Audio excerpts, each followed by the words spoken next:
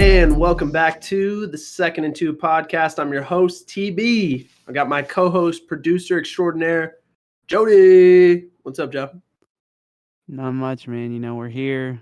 I don't know how it is out there for you, but where I live, it's like more often than not, it's gonna be gloomy outside. Mm-hmm.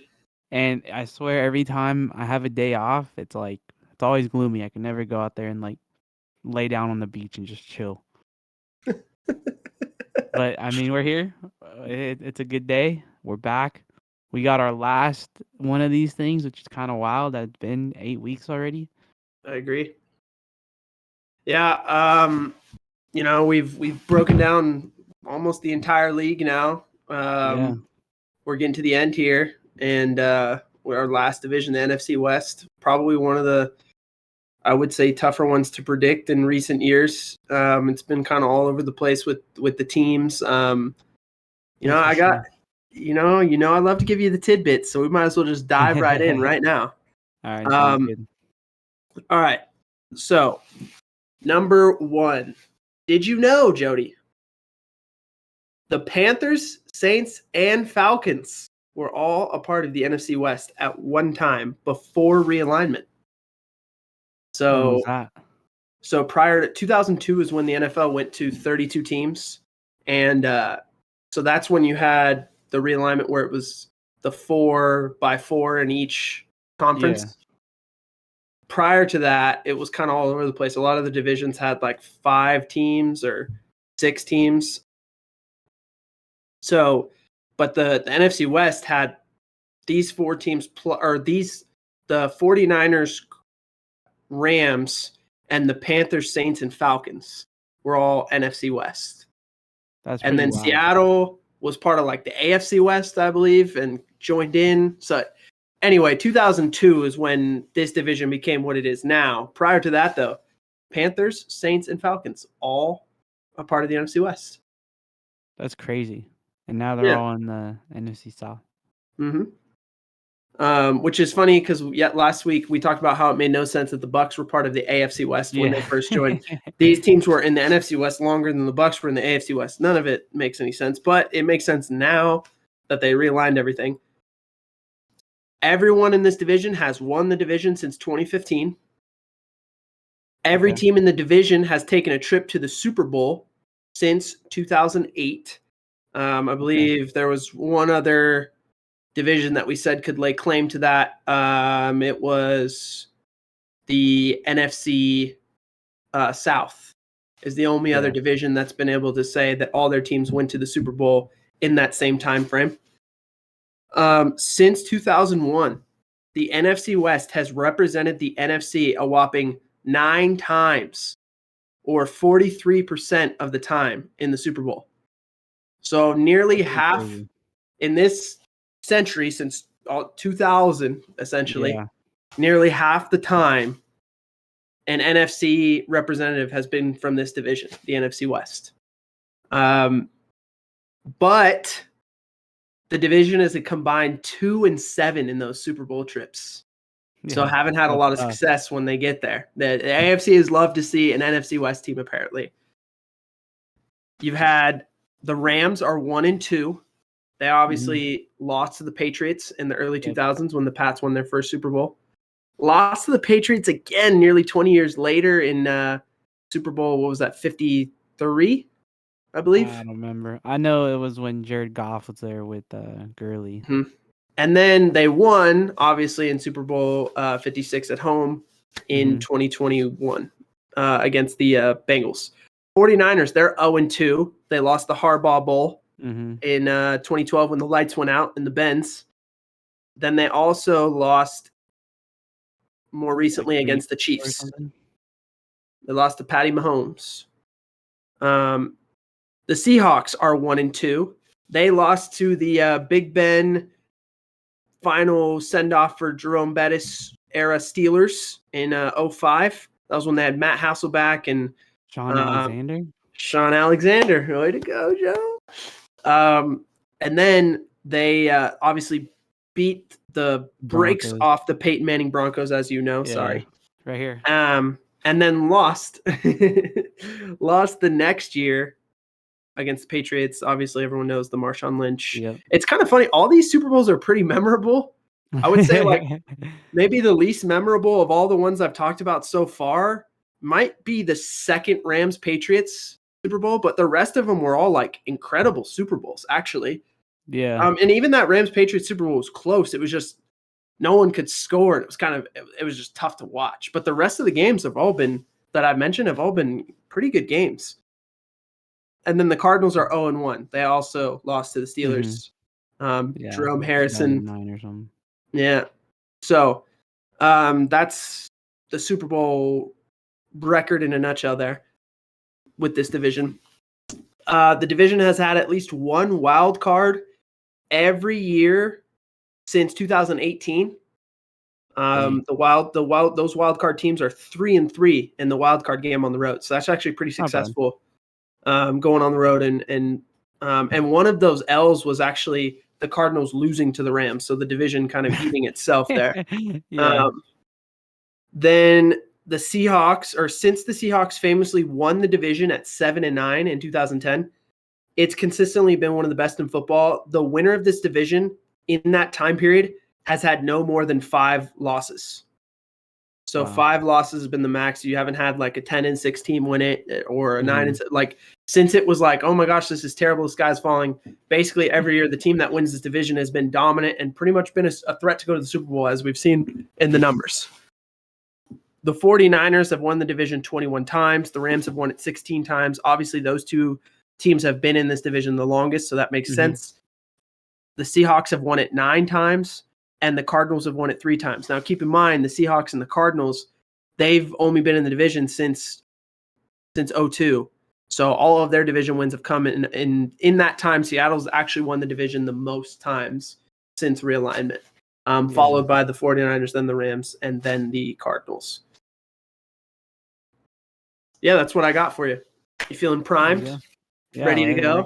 Ready to go. I mean, I don't know how else you could put it. We're here. About that time. Starting it off, I think we got the Niners, if I'm not mistaken. That we do. So the Niners, they went 13-4 last year, finished first in the division. As you said, no one's had less than or more than 5 losses. And then they lost in the NFC Championship to the Eagles, as we all seen. Yeah, I mean, they took some tough breaks here in the offseason. They did lose some players. A lot of depth on defense, I would say, is what they really lost. Obviously, they lost Jimmy Garoppolo at quarterback. However, they're sufficiently in place to, or in position to sort of replace him, obviously. We'll talk about that in a little bit. But on the offensive line, they lost Mike McGlinchey, a guy who had been a pretty good tackle for them opposite Trent Williams for quite a while. That's a big loss that I don't know that a lot of people have talked about, at least not that I've heard in the media. And I think that's a tremendous loss for this team.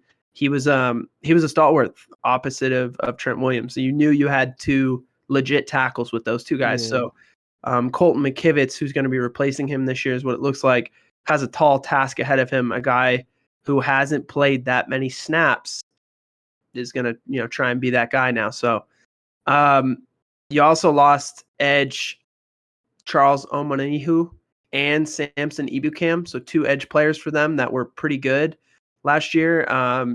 Jimmy Ward at safety, who had been a Niner, it felt like forever. Like it just always had to see a place for the Niners. Yeah, it just felt like he'd been there forever. And then cornerback Emmanuel Mosley, another guy that they lost. So pretty significant production defensively up front, in the secondary, and then obviously at the offensive line.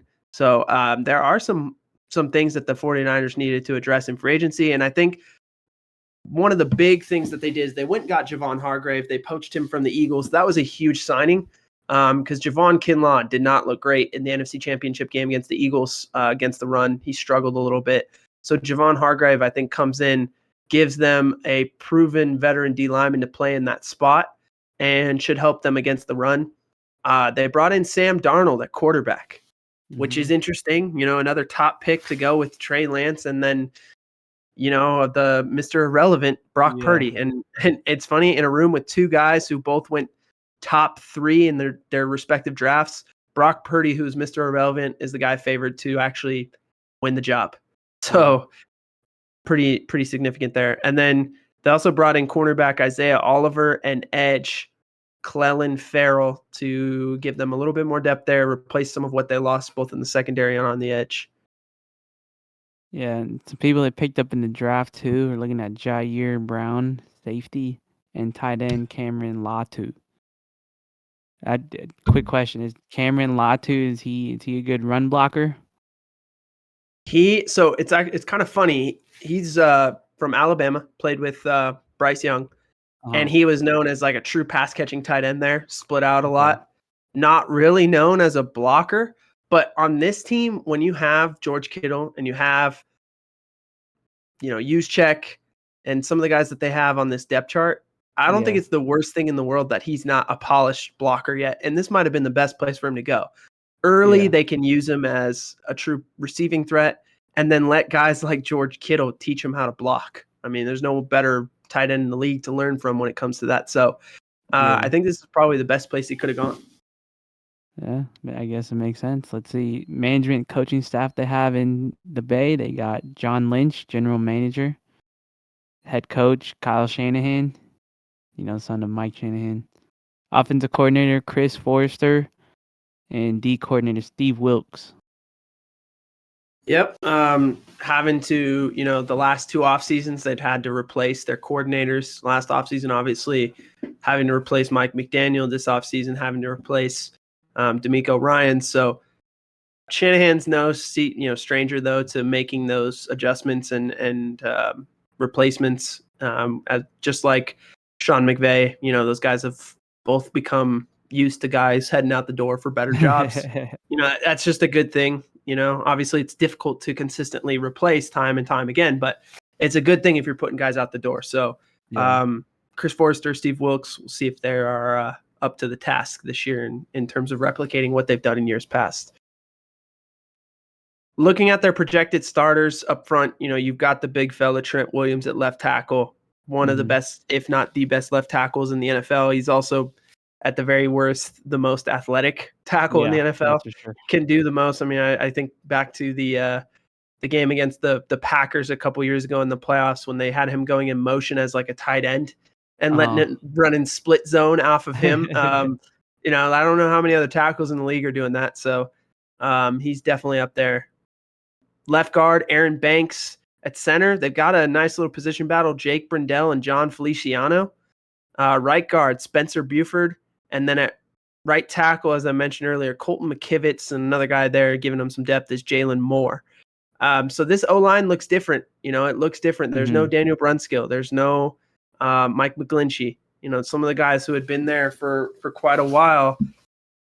Now, you could say, hey, they had to replace Alex Mack a couple years ago when he retired at center. They've been fine. It seems like the 49ers kind of tend to plug and play about as well as anybody up front. And so, if there's reason to be worried about this offense beyond obviously the real question at quarterback, I think it's the O-line, but at the same time, they've been pretty good at replacing guys in years past. So whoever's I don't know who the O-line coach is there. I'll have to look that up, but I would say whoever it's been since Shanahan has been there has done a good job of developing guys. So we'll just say that we're going to trust him with Colton McKivitz and assume that they'll probably be pretty good at right tackle again. In the skill positions, Brandon Ayuk at the X receiver, George Kittle, Charlie Werner, and Cameron Latu at tight end. 3 fun tight ends for them to play with. All guys who do something a little bit different. Obviously, then the other guy that comes to mind is Kyle Juszczyk, who's not really a tight end. He's not really a running back. He's like one of the only true fullbacks left in the game. He's kind of that H-back. They put him at the slot. They'll put him at tight end. He plays everywhere. There's nowhere for me to even put him on this depth chart. Just assume that Kyle Juszczyk plays everywhere, all right? Then you've got at the slot, Deebo Samuel, Ray McLeod. Deebo, another guy who kind of floats in and out of the backfield, receiver, out wide, in the slot, right? And then outside, you've got Jawan Jennings and Chris Conley. coming over this year in free agency to give them some depth. At quarterback, we talked about this. I mean, major question mark at the position. You've got Brock Purdy, you've got Trey Lance, you've got Sam Darnold. They even brought over Brandon Allen, another quarterback who, is likely trying to fight to be the third guy if one of those three guys in front of him is not up to snuff. I mean, the latest that we've heard on Purdy is that his elbow is going, healing according to schedule, if not ahead of schedule. He's throwing. They're hoping he's going to be ready for week 1. They're hoping he may even be ready to participate in training camp. So that's good news for him. Trey Lance, he's fully recovered off of the devastating injury he suffered a year ago. Sam Darnold came in and was apparently taking first team reps in OTAs at times, him and Trey Lance. So you never know. Darnold, maybe he revives his career. Shanahan has had a way of just getting some of these guys in here and helping them out. So we'll see what that position looks like. Obviously, we'll talk about that more as we go. And then running back to fill out their room there, you still have Elijah Mitchell as well behind Christian McCaffrey and the guy I mentioned earlier, Kyle Juszczyk. Defensively. Oh, here, before you get into that, I looked up their O-line coach. You'll never guess who it is. Or who is it? I guess. It's our guy, Chris Forrester. He was holding it down over there in the trenches, and then a little before he got there, it was John Benton in 2017 to 2020. It's funny that you say that because I did know Chris Forrester was the O-line coach and has been promoted to the OC. I knew that, and and it's fine. It slipped my mind. I wasn't thinking, but appreciate that. Appreciate the update on that, Joe. Yeah. Shout out Chris Forrester. You're doing a great job. That's probably why you got promoted to the OC. So defensively, the names we know obviously up front: Nick Bosa, Javon Hargrave, Arik Armstead. I mean, those three inside, or those, one outside, two inside, about as good as a combination of three defensive linemen as you could probably have right now in the league. I mean, those guys are all really good players. On the other edge, Drake Jackson is, no snub either. I mean, I think he was kind of behind a couple of the guys that they let go in free agency, and maybe they're expecting Drake Jackson to really take a step up this year, and that's why they were able to let those guys go. They also brought in Clelin Ferrell to play behind Drake Jackson, and then you have Kevin Givens and Javon Kinlaw interior depth, and Kerry Hyder Jr. behind Bosa. The linebacker room, I mean, I think the Niners arguably have the best linebackers in the league right now. Fred Warner, Dre Greenlaw.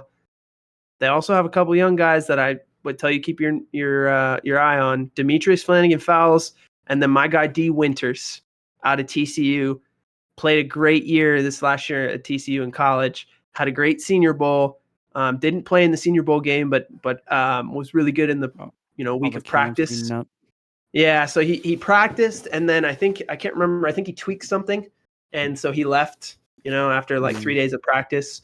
But his 3 days of practice were really good, and I was surprised he went as low as he did. He's a little undersized, but super fast. I feel like he fits exactly what the Niners are going to ask him to do. I wouldn't be surprised if he gets to play a little bit and impresses. So D. Winters, that's a name to keep your eye on in San Francisco. And then in the slot, they brought over Isaiah Oliver in free agency to play there. Obviously, at corner, you've got Charvarius Ward and Diamador Lenore. Those two guys are both, coming off really good seasons. Inside, Tayshaun Gibson Jr. comes over in free agency, and then Talanoa Hufanga had a great year last year. They also have Jair Brown, as you said, that they drafted for some more depth. George Odom can play a little safety, and then at corner, you still have Ambry Thomas and Darrell Luter Jr. So that's what their depth chart looks like. The real question is that schedule. Yeah, week 1, they start off on the road a couple weeks, actually. Week 1, they got the Steelers in Pittsburgh. I don't know what their stadium's called now. I would have said Heinz, though. Week 2, they're playing at SoFi. They got the Rams. That's a tough game for the Rams. We'll get into that probably later. Mm-hmm. See, week 3, they got the Giants at home on a Thursday night game. So after staying in California, they got a short week. Then they got the Cardinals, so they got 2 already of those divisional games by week 4. That one's also at home. Then week 5 they played the Cowboys. That's the Sunday night. That's a good primetime game right there for week 5. Week 6 they're on the road to Cleveland playing the Browns. Browns also coming off their bye week, so they'll have some time to prep for the boys. Week 7 they're playing the Vikings in Minnesota, also a primetime game. That one's Monday night. You know, the Vikings, good luck. Week 8, we got a really good game here. Unfortunately, the Bengals will be coming off their bye, so they'll have some time to prep for the Niners. But that should be expected to be a really good game right there. And week 9 is their bye week. So, right in the middle, nothing too special, not too early, not too late, just right there, splat in the middle. And coming off the bye, they play the Jags, who also had their bye week in week 9, playing that one in Jacksonville. Then they go out to no, never mind. They're at home versus the Bucks. I just seen the Bucks and like, oh, they're going to Tampa. But no, week 11 at home versus the Bucks. And then they go up to Seattle, so they finally play the Seahawks week 12 on a Thursday night game, which is also happened to be Thanksgiving. And then following that game, they got to go across country, go play the Eagles. That rematch of that NFC Championship game right there should be really good. Week 13. Mm-hmm. Then week 14 at home, they play the Seahawks again. One of those weird things we've been seeing throughout all of these where you play the same team twice in 3 weeks. Yeah. Let's see. And then so following that home game versus the Seahawks, they go out to Arizona playing the Cardinals. Cardinals will be coming off their bye. That's a really late bye. But oh well. Let's see. Week 16, they got the Ravens on the Monday night game for Christmas. That sounds really fun. Yeah. It's going to be over here in California, so that'll be nice. Let's see. Week 17, they go out to Washington. So they go across the country again, play the Commanders. And then they close out the year at home versus the Rams. Yeah, I was looking at this Niners schedule. I think the tough stretch, obviously, to me, is weeks 5 through 10.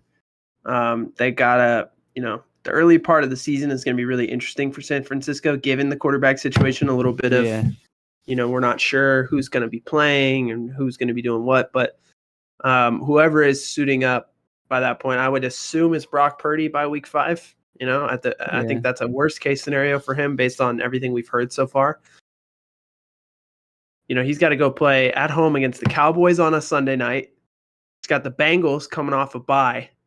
And then they got to go road games at the Browns. They're also going to be coming off a bye. The Vikings on Monday Night Football. And the Jaguars, who, you guessed it, are also coming off a bye. They have 3 teams coming off a bye in a matter of essentially 4 games, 5 weeks if you include their own bye. Yeah. But, even with their own bye, they come off the bye and play the Jaguars, who also have a bye. So they didn't even get an advantage off their own bye. They're just playing another team that had the same rest. So it's pretty rough, that stretch. All those teams are potential playoff teams. 3 of them on the road, 3 of them against teams coming off byes, 2 in prime time. Just no easy task there. I think you could see the 49ers start a little slower than expected, because of replacing some of the depth on the O-line. You talked about, the quarterback situation, and then having this kind of tough schedule. I think we could see them start a little slower than maybe people would anticipate given their contender status.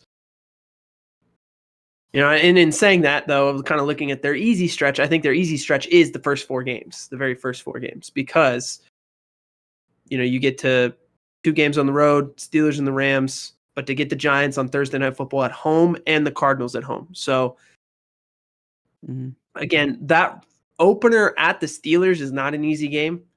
And then having to go back-to-back road games and go in division, go to the Rams week 2, I think is, the Rams are probably a team we'll talk about later, but a team that's, healthy at this point, looking for something to prove. So maybe week 2 is not the time to play that Rams team. You know what I mean?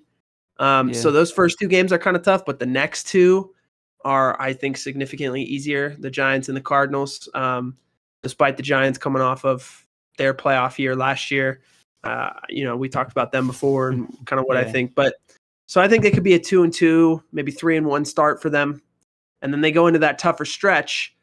I don't think it's crazy to say we're sitting after, week 10, where they maybe are sitting at something like, 5-4. And everyone's kind of like, what's wrong with the Niners? Right? Yeah. Now, after that, it doesn't really get easier. You get the Seahawks, Eagles, Seahawks stretch there. I'm really excited for that Seahawks game on Thanksgiving. I think that's going to be fun. And then also the Ravens on Christmas, you mentioned. The Niners right now, they're the only team that's going to play on Thanksgiving and Christmas this year. So Niners may have taken up the mantle of like most watchable team. At least the NFL's team. I didn't say that, Joe. The Cowboys fans are coming for you. They're coming for you. But they may be the most watchable team according to the NFL. At least that's the messaging we're getting from the league, by making the statement of having them play those two games on those two holidays. So, but I think that's why my prediction is a little lower this year. I think they're going to have a little bit of regression. I think their best players are guys who have traditionally been injured. Trent Williams, Christian McCaffrey, Nick Bosa. All those guys are guys who have had a lot of injuries. The quarterback situation right now is unstable, although I will say this, I would trust any of those three guys in the Shanahan offense to be fine. Yeah. I don't think it's I'm not going to say it doesn't matter because those three quarterbacks are all super different, Darnold, Lance, and Purdy, but I would say with Shanahan, I would trust that he would adapt and survive. That's what he's done his whole career in San Francisco as the head coach. He just adapted to whatever quarterback he has and they get it done. So I'm not as worried about that as much as some of the other injuries. And then I think whatever quarterback is playing can kind of dictate what their offense might look like. And so that's why I predict them not to be bad, but a little bit of regression. Yeah. I get it. It makes sense. The quarterback question off the rip is already a tough thing to have, But the way I see it, I had them at 13-4, repeating what they did last year. I don't know, man. The way I see it is that I could probably name 3 that are going to be really tough, right? Like Eagles, Bengals, probably win the Cowboys games. They probably split that, and then the Ravens. Don't sleep on those Jaguars Browns games that are both on the road with teams coming off byes. Well, I'm gonna definitely sleep on the Browns. I don't even care. The Browns. He's sleeping. They could go figure out how they're waking up because the Browns, unless Deshaun Watson is starting to look like himself from Houston, I don't expect them to be anything crazy. Okay, all right. That's just a fact. All right. So you have them at 13-4. I have them at 11-6. We'll see as we go where these teams end up stacking up. I assume you have them winning the division. We'll kind of talk about where I stand as we go, but I do have them as a playoff team for sure at 11-6. Yeah. The question that we have for the Niners team though is, do you think they have a answer to their quarterback situation to help them go out and win a ring? Yeah, I think that's been the only thing that has held this team back in the Shanahan tenure is injuries, and specifically injuries at the quarterback position. So it's really like, hey, can they finally solve that issue and get it done, right? And I think if you look, I was trying to get as much up-to-date information before we recorded today as possible. Obviously, today is Wednesday, July 12th, as of recording. Mm-hmm. And per NFL.com, Purdy is headed to Jacksonville, Florida this week to throw with quarterbacks coach Will Hewlett and orthopedic specialist Tom Gormley. Purdy remains on track to be ready for the 2023 season, according to Tom Pelissero. Purdy had his first throwing session in the last week of May. He underwent his surgery in March to repair the UCL. 49ers head coach Kyle Shanahan said Purdy is ahead of schedule following the surgery. And when asked about whether he might participate in parts of training camp before getting fully cleared, he said, "We're taking it slowly. So mostly good news, I would say there. And I would think if he's not ready for week one, the week one starter will likely be Trey Lance. So my approach in answering this question that you're asking, Joe, is kind of just looking at how these two guys look in this 49er offense, right? So last year, we know Trey Lance only got to play a game and like a drive. Yeah. He played that sloppy game in Chicago against the Bears, and Justin Fields didn't look great, but the conditions, kind of tough to totally ding him. And then he played this one drive against Seattle. I really wanted to look at that drive. So I kind of featured, some plays, what the playbook looked like with him at quarterback, right? You have this quick throw, quick game to Brandon Ayuk, who is a beast after the catch, as almost all 49er receivers are. Yeah.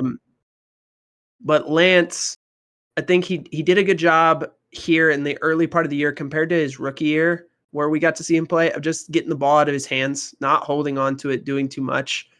I think that's significant progress. Obviously, it's just a 5-yard throw, nothing crazy, but the next thing is the run game, right? With him, Mm-hmm. you get an added element that you just don't get with any other quarterback they have on the roster right now, right? This is motion to empty, get the back out of there. You're going to run a little Q power game.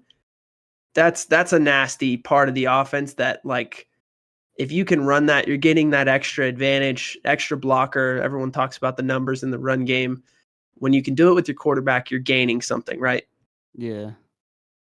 Now, that's also the risky business of Trey Lance and why you might say, hey, he's always hurt. You're right. Okay. So get that out of the way. Now you're in the red zone. Same thing. They get a little Q draw. And again, positive play. Something that you probably aren't doing with any of these other guys on the roster right now. And it gives Shanahan, I think, more ability. This is why people were so hyped when they drafted him, because it opens up a whole new part of the playbook for Shanahan. People started thinking, what he did with RG3 in Washington, some of that stuff. You can see different elements of it. Now, I would say this is on 3rd and goal. And I know it's not a touchdown, so 49ers fans probably didn't like it. But I'm just going to tell you, this is a big boy throw. Number one, he identifies the pressure coming off the edge, and they have a guy not picked up in the protection, and he sees it, right? Yeah. He gets the ball out of his hands. He doesn't fade away, right? He sees he's got the one-on-one matchup with the back on the linebacker running a little Texas, little angle route. And he stands in there, takes the hit, makes the throw, steps into it, doesn't shy away, doesn't fade away, makes a great throw. It's on target. I would just say that linebacker made a heck of a play making the tackle on the catch. A lot of times in the NFL, I think that's going to be a catch by the running back and a touchdown. And so it wasn't a touchdown, but I thought that drive it ended in a field goal at the 1-yard line, but I thought it was a pretty significant drive for Trey Lance's development. Showed a lot of things that he hadn't shown his rookie year. So I thought that was very positive. Now you flip the script and you go to the playoff game now against these same Seattle Seahawks. This is Purdy. Number one, the defense is the offense is a little more condensed, and you notice they went under center a lot more with Purdy than they did with Trey Lance. Trey Lance is in the gun more. Purdy's under center. Under center gives you some different things, some different looks than you can from the gun. For instance, play action boot, right? You get a lot more of that. Hits use check, the Swiss Army knife, as everyone loves to call him, in the flat, little F slide boot out the back door, right? You're going to fake like the block on the edge and then just slide out in the flat. Good play. 6-yard gain. Very similar to the drive starter we saw with Trey Lance, where it's just quick throw, get him in rhythm, get the ball out of your hands to a playmaker, let him see if he can break a tackle. Again, they're under center, little QB sneak to get the first down. That's another thing. Purdy's really good at that, actually. If you watched enough of his tape in year one, and even going back to Iowa State, he's a really good QB sneak quarterback for whatever reason. He's good at getting low, finding the hole, and getting the yard. That'll come into play later. Keep that in mind. Now you get all kinds of fun stuff, right? We brought Christian McCaffrey in motion from the slot. Debo's in the backfield. We want a little play action with my back turned even out of the gun. Now I've got George Kittle on the outside. Check this out. Brandon Ayuk taking the top off the defense. McCaffrey has made guys slide to him. Dudes are all worried about Debo. right? And look Yeah. what Kittle's going to get right in the middle of the field, just the deep dig. It's going to be wide open. Now, Purdy is really smart, processes really well. He's looking at use check, making sure that he holds this defender here, let Kittle clear, and throw it to him on outside the hash here, right? Boom, on the money, on time, big play, right? Gets a chunk out of it. That's what made Purdy so good as a rookie. His processing speed for being a rookie was pretty good, and he played on schedule, which Kyle Shanahan, I think, absolutely loves. Here you go. Here's another play out of the gun. Now they're straight empty out of the gun. This is something else that he did with him. He was comfortable with this in college at Iowa State. They brought it to San Francisco. Lets him see all the options, get it to Debo underneath. Again, like the Trey Lance throw, it's not overly impressive, but what do? You're getting the ball to your playmakers, right? The yak on that man is wild. Yakability. We coined the term yakability. Debo's got the greatest yakability of like all time. All right, here we go. Remember what I said earlier. Purdy's great at the QB sneak, right? This is 4th and goal or 3rd and goal. I can't remember. 3rd or 4th and goal. He still gets himself in there, scores the touchdown to cap the drive. And that's really the only difference between that Lance drive we saw earlier and the Purdy drive. So here's the thing. Can they figure out the quarterback issue? Yes. Definitively, I think yes. I think they can win with either guy, personally. I would say that with Trey Lance, there may be a little more dynamic, like in terms of variation of what you're going to get offensively. But with Purdy, I just feel like he's so on script, on schedule, and everything Shanahan wants to do. He runs the offense beautifully. So, again, it's 2 different guys, 2 different offenses, but I think both could be effective. And I'm less worried about the quarterback issues than some of the other issues they have, actually, believe it or not. The injury bugs? Yeah, injuries, the lack of depth on defense that they've had over the last few years, the fact that they're going in with Steve Wilkes as their DC, it's not D'Amico Ryans, it's not Robert Saleh, that's completely different. So yeah, that's maybe more where I'm expecting regression as much as, and then if they have to play multiple quarterbacks and they're having to sift through that again throughout a whole season, that can weigh on, I think, the rest of the guys. And even Shanahan, because now he's had to do almost, feels like every year. I don't feel like he's had the same guy start from, beginning of the year to finish of the year since he's been there. It's been so tough on him. So I would, if they're having to cycle through guys, even though I think they can win with both, I think it makes it harder too. So. Yeah, I feel that. I mean, personally, I know you were talking about Trey Lance probably being the guy if it's not Purdy early on, but I think Sam Darnold might be the one. I don't know. I heard he's got some rapport with George Kittle. Hot take, Joe. Nah, it's not a hot take. That's just, I mean, the guy's been in the league longer than both those dudes. I mean, I don't know. You tell me. I think Darnold's been on 2 teams and it hasn't worked. And again, I was a huge believer in Darnold coming out. Like, even last year, I still had Darnold stock. I was still like, Darnold's going to be good, watch. Yeah. And it just got to, it was like, man, it just hasn't put it together. Now, if he gets the chance to start, wouldn't shock me if he was good in the Shanahan offense. Yeah. Wouldn't shock me at all. That's what I'm saying, bro. But I also think, that if I'm the 49ers and Purdy's not ready, I'm trying to give Trey Lance some burn and see if we can get some trade value for him. Because we traded a lot to get that guy. And it's nice that we have Purdy and he's like the guy and we're going to feel good about him going forward. But if that's the case, then I would love to trade Trey Lance and get some stuff back for him. At least recoup something. Because we traded 3 first-round picks to get him. So it'd be nice to just get at least a 4th or 3rd round pick back, Yeah. No, I would think that they might play him to kind of show him off if that's the case. Well, if you want a hot take, I'll throw you one. Bring in Colin Kaepernick. My guy's been training 5 to 6 times a week, He was on the team before. I mean, everything you showed me from Trey Lance, I think Colin Kaepernick did better, honestly. Now, granted, how long ago was that? 7 years or something? But at the end of the day, I think, if you want to go that route, we might as well bring him in. I would say it's just the ship has sailed on that. But No, I love I that get it. I'm not you're trying to bang thinking for the outside guy. the He's box. banging for himself. I'm just taking his words. Okay. All right. But yeah, the next team we're taking a look at in this division, we're taking a look at the Cardinals. They they didn't have a good year last year. They had injuries galore, people coming off suspensions, didn't perform when, they came back. But they went 4-13, finished last in the division, and 4-13, you're not making no playoffs. No, and they seemingly went the kind of tank route this offseason. Let's just keep it 100 right now. DeAndre Hopkins, they cut that guy and ate $22 million in dead money. To me, that Crazy. signals, hey, we're okay with being bad this year.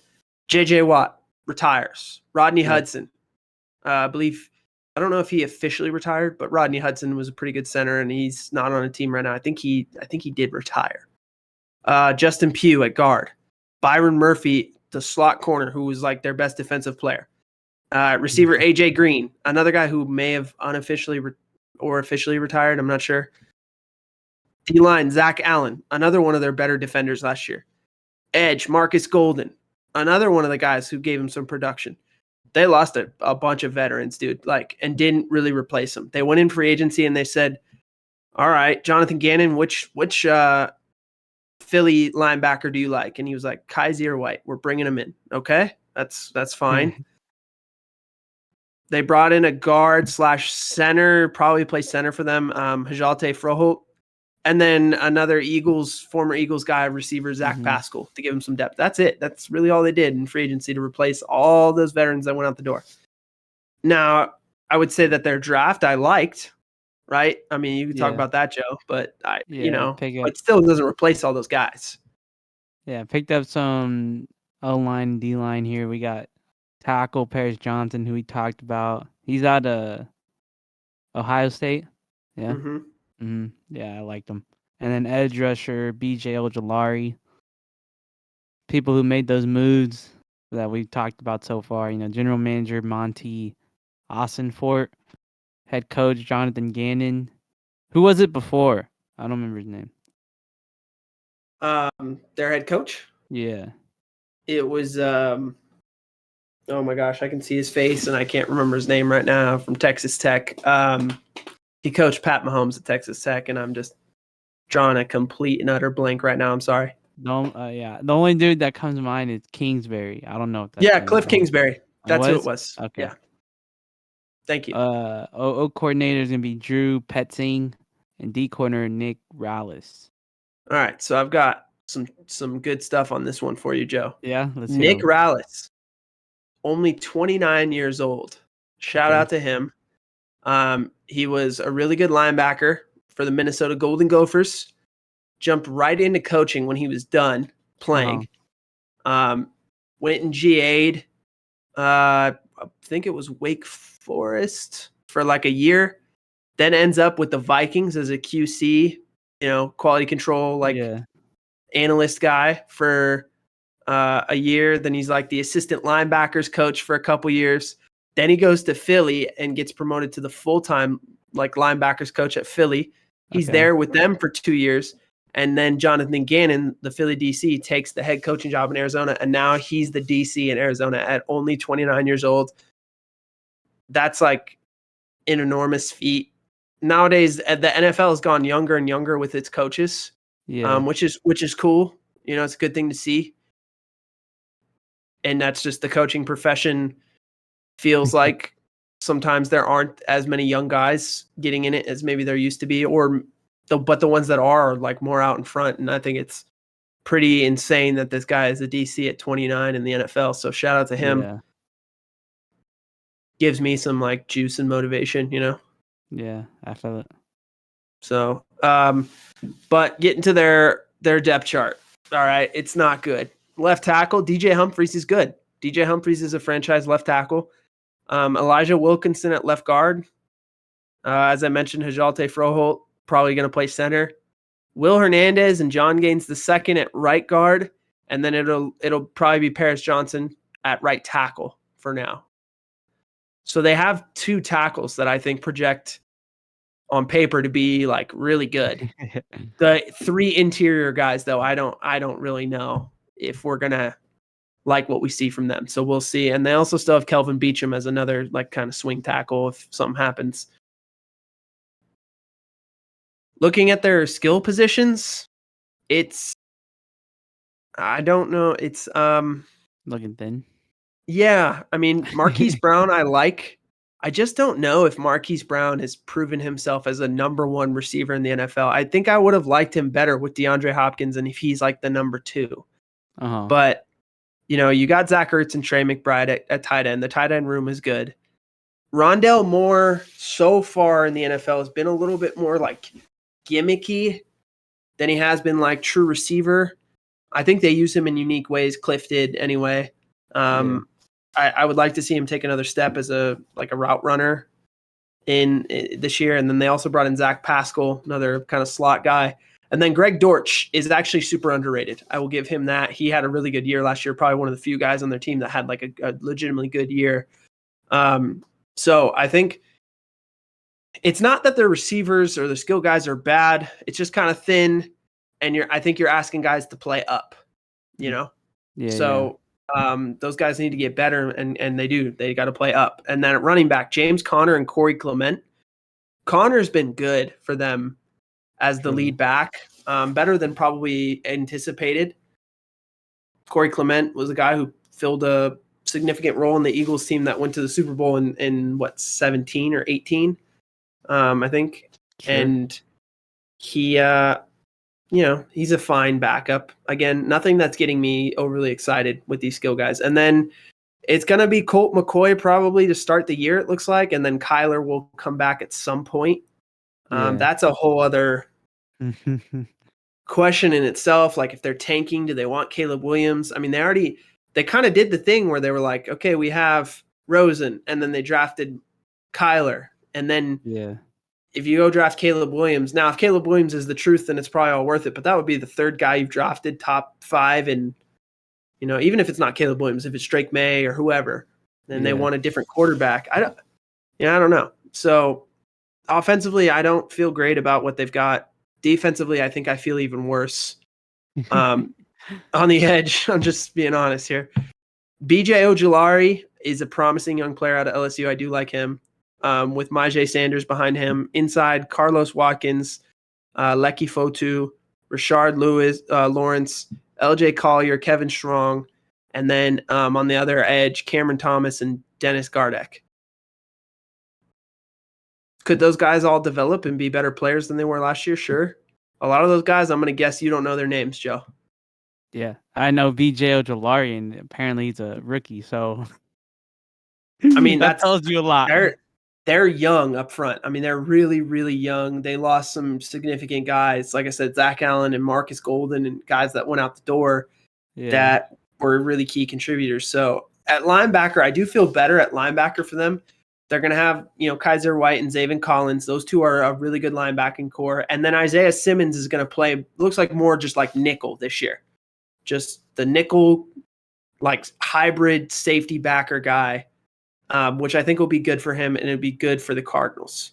And then in the secondary, you got Antonio Hamilton Sr. and Garrett Williams kind of battling for a spot. Jalen Thompson, Budda Baker, and Marco Wilson are all 3 of those guys are good players. They really don't have anyone behind those guys, though. If those guys get hurt, I don't feel great about their depth behind them. There aren't significant names there that have played real snaps. So it's a lot of unknowns. They're not deep. The roster is thin. Don't feel great about it. Yeah, I don't think either of us do. We'll get into that after the schedule. So they start off on the road versus the Commanders. They go out to Washington right there. They got 2 home games here. They got the Giants and the Cowboys, week 2 and 3. So they're playing that NFC East right off the bat.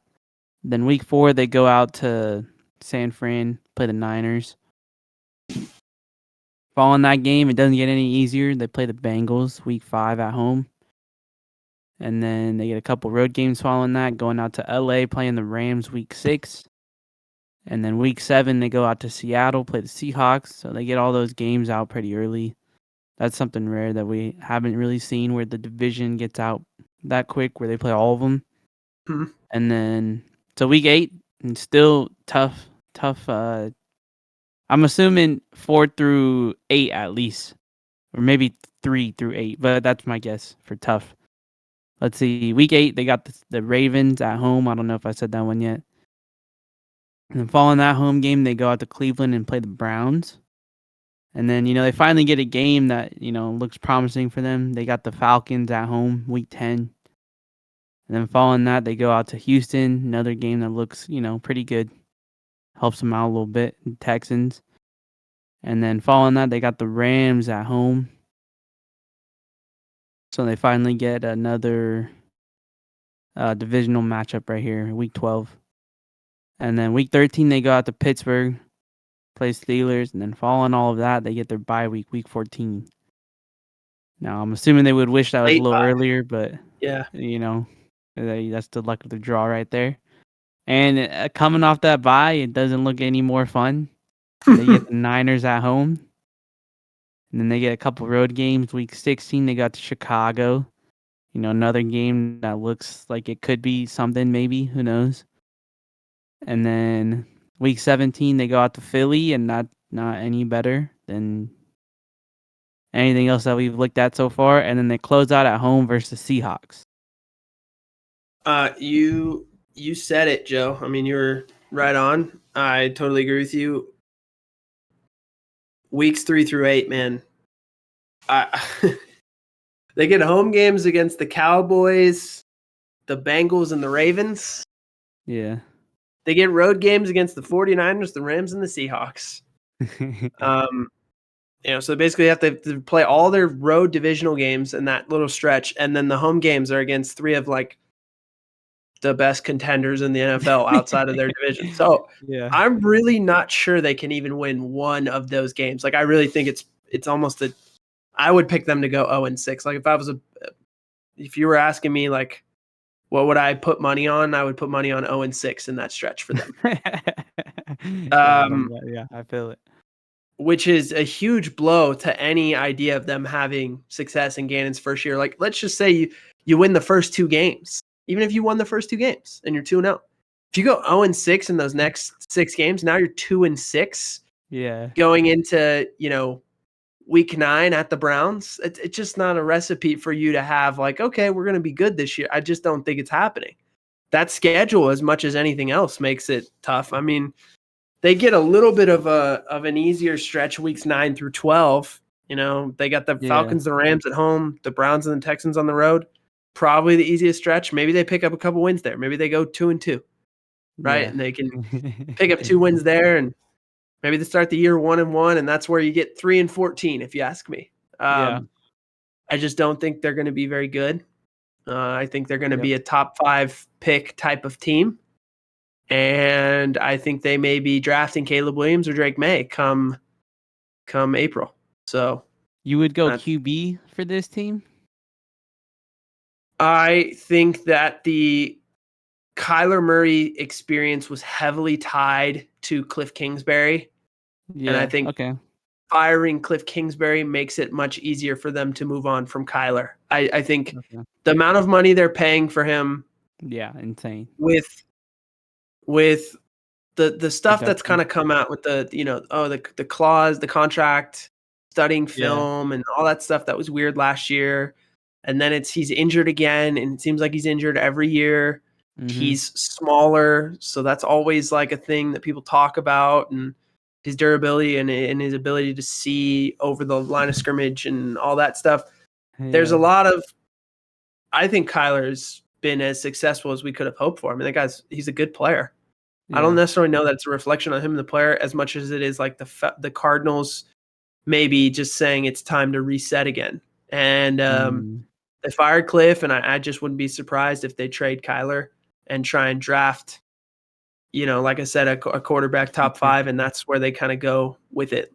So Obviously, there's a huge question too on defense in terms of another guy that they might move on from. Yeah, our guy Buda Baker. Do you think they should follow up on his trade requests or try to get some value out of him, or what do you think they should do there? You know what Buddha reminds me of, Joe? I don't want to say it because I feel like I don't really know if that's a true statement. But I was gonna say, I guess Tyrann Mathieu or something. I don't know. Oh, I like the Honey Badger comp, but I was gonna go more of a. This isn't the banger of the week, but a great Ti song. You know what that song is that I'm thinking of, Joe? No, I'm gonna. I can only think of like a couple, and I couldn't even tell you the name right now. You can have whatever you like. Oh, That's okay. Buddha Baker. You can have whatever you like. Hey, so Buddha he's a chameleon, dude. He's a multifaceted chameleon. He's morphed into whatever that Cardinals defense has needed him to be over the years, right? You look at 2019, he had 147 tackles. Guy played in the box as much as anybody, right? Yeah. 2021, he has 3 picks. He's more of a cover guy. 2018, he had 2 sacks and 8 tackles for loss. You know, he's a 5-time Pro Bowler in 6 years. He's only 26 years old. He has at least 4 or 5 more Pro Bowl years left in him. Yeah. And, if not more, obviously projecting how he ages, he can basically do anything you want from the safety position, right? The guy can play the 2 high safety. He can play a 1 high safety. He can be a box safety. He can cover man-to-man. He can blitz. He can play low in the hook. He can do it all, and I think it would be a tremendous mistake if the Cardinals were to trade him unless they get a first-round pick in return. Dang. That's what I think his value is to that team. It's not like you have to trade that guy to reset what you're doing. He's still 26. Yeah. And what Jonathan Gannon's trying to do, I can't imagine you wouldn't want that player in your defense. So I think it'd be a huge mistake to trade him. I understand why he wants to be traded because he's sitting there saying, I'm 26. I'm in the prime of my career. I'm a Pro Bowler. I'm on this team that's probably going to be drafting a quarterback in April. We were a team that I thought was a contender 2 years ago. And now we're like, not looking great. Yeah. So I went back in the machine here, found this game from 2020 against the Cowboys. This was an Andy Dalton-led Cowboys team. Dak was hurt. But I'm just all the different things he did in this one game kind of showcased, I thought, really what he's capable of. So there's Buddha right there. All right. Watch what he does. He's kind of showing blitz on the line of scrimmage. Gets back, is able to make the tackle and force the fumble on Zeke. So he blitzes, then retraces on the throw, finds the running back, creates the tackle, and forces the fumble to create a turnover. Look at his hands. Boom, violent hands on the tackle. Great job. Creates a turnover for his team. That's who he is. He's not even like trying to force a fumble here. He just plays so relentless that as Zeke is trying to tuck the ball away, he's already there, and that's how he's able to force that fumble. Now you come back. Now he blitzes off the edge. Boom. Sorry, Andy Dalton. Took the wind out of him. Came right off that edge and smoked him. Now you can see him. He's up here. It's a 2 high safety look. He can clean up any mistakes by other guys, makes that tackle, right? Yeah. And I believe he forced the third and really short there. Now in the red zone, he jumps the pass, gets the pick. Second turnover he's forced today. He doesn't quite house this one. Gets close, though. Gets close. Second turnover he's forced today. So you've seen it all, right? And look at Andy Dalton's face. That's what Buda Baker does to quarterbacks. Look at his face. Look at his face. Look how excited he is, right? So that's what Buda Baker does to opposing quarterbacks. The guy can blitz. He can play in the box. He can play 2 high safety. He can create interceptions. He can create fumbles. He pretty much do. Like I said, he can do whatever you like.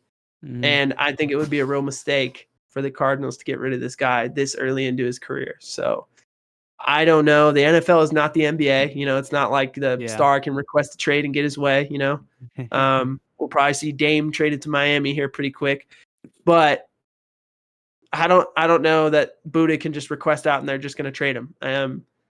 We'll see what they do. I mean, again, they would have to get significant return for me to feel like, okay, like they'd need like a Jamal Adams type package for what New York got from Seattle. You know, they would need something like that in order to make that deal. So, Yeah, we'll see. I mean, he's dynamic, does it all like you said, and the value that he brings, unfortunately, like you said, it's kind of getting washed away out there. But yeah. I mean, I guess this could be a potential spot, bro. They'd lost some dudes back there in that. But next team we're taking a look at the Rams. They went 5-12 last year. Finished third in division, over the Cardinals being last right there. Didn't make the playoffs. I mean, team clearly I've seen a lot of recently, so I probably know the most about this team out of this whole division. So we'll let you get in the people that kind of got walked out or left. So it's no secret, at least I don't think I've kept it a secret, that I'm a Rams fan.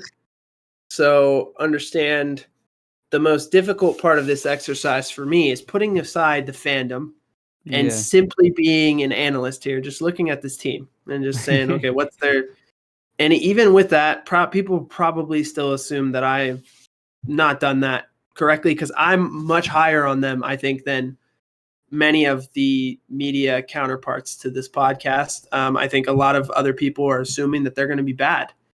Yeah. And I could see why. Look at what went out the door. Jalen Ramsey, Ashawn Robinson, Allen Robinson, Bobby Wagner, Brandon Powell, Greg Gaines, Nick Scott, and Taylor Rapp. Yeah. All those guys were starters last year and significantly, good players. And that team went 5-12 with those guys. So I think it's a natural assumption that, like, okay, those guys all went out the door and they didn't really replace him. Look at the additions. It's Hunter Long and Akello Witherspoon. That's pretty much all they did. Hunter Long, they got in the trade from Jalen Ramsey, and Akello Witherspoon, they signed like 2 weeks ago. So it's not like they went and spent in free agency. So, yes, there is a reason to be like, wow, what is up with this Rams team? A lot of guys are gone. They haven't really replaced them with free agency. What are they doing? I will say this, though. There's a narrative that the Rams didn't have any picks or that they don't have any picks. They didn't have a first-round pick. True. But that is true. And they haven't had a first-round pick since they drafted Jared Goff. That is also true. They will have one next year unless they trade it away. We'll see. But what they did have this year, the narrative that they didn't have any picks is completely false. They had like 1 million picks in this year's draft. They drafted like 9 players in the draft and then signed like 26 undrafted free agents. They added so many young guys to this roster. It's like insane. The question is, can any of those guys be significantly good players in year one as rookies? Yeah. We'll see. It's not, again, none of them come with the high pedigree of a first round pick, So it's tough to assume that they would come in and give you that right away. But there are some players they drafted that I do really like. There's some guys that they brought in that I think can help. So we'll see. But I mean, who did they draft, Joe? They picked up guard Steve Avila, edge rusher Byron Young, who we talked about. Love Byron Young. Yeah. I love that most pick. people missed it, but there was a time where I got duped off those numbers. But, that's a story for another day. You can go back and check that out. D lineman Kobe Turner, and then QB Stetson Bennett out of UGA. And another guy I wanted to shout out to, another TCU product, Travius Hodges Tomlinson at corner, LT's nephew. Look forward to watching that. People who made these decisions, general manager Les Snead, head coach Sean McVay, as everyone know, coordinator Mike LaFleur, not to be confused with Matt, and D corner Raheem Morris. So this is like the first year in quite some time, this is like the first time he's had consistency at the DC position in a while, right? So it was Wade Phillips when he came in Then he got, moved on from Wade, brought in Brandon Staley. Mm. Staley was there for a year, and then they brought in Raheem. So now we're going into year, I believe, what is this, year 3 of Raheem, right? I think so. Or year 4. I can't remember now. It's all a blur. But it's just he's had Raheem Morris there for quite some time, which is nice. The defense has stayed stable. You also bring in Mike LaFleur, I think makes a significant difference. I know Jets fans probably didn't like him last year, but I think it's nice to have another guy that comes in and understands what McVay is doing, and can really help him breathe new life into this offense.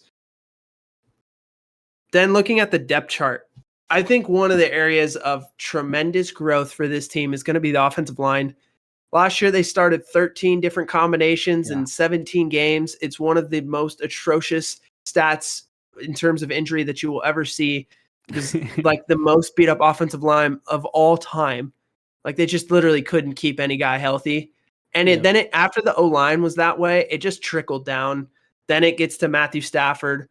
Well, then they're playing with a backup quarterback who then didn't directly get Cooper Kupp hurt, but Coop then gets hurt.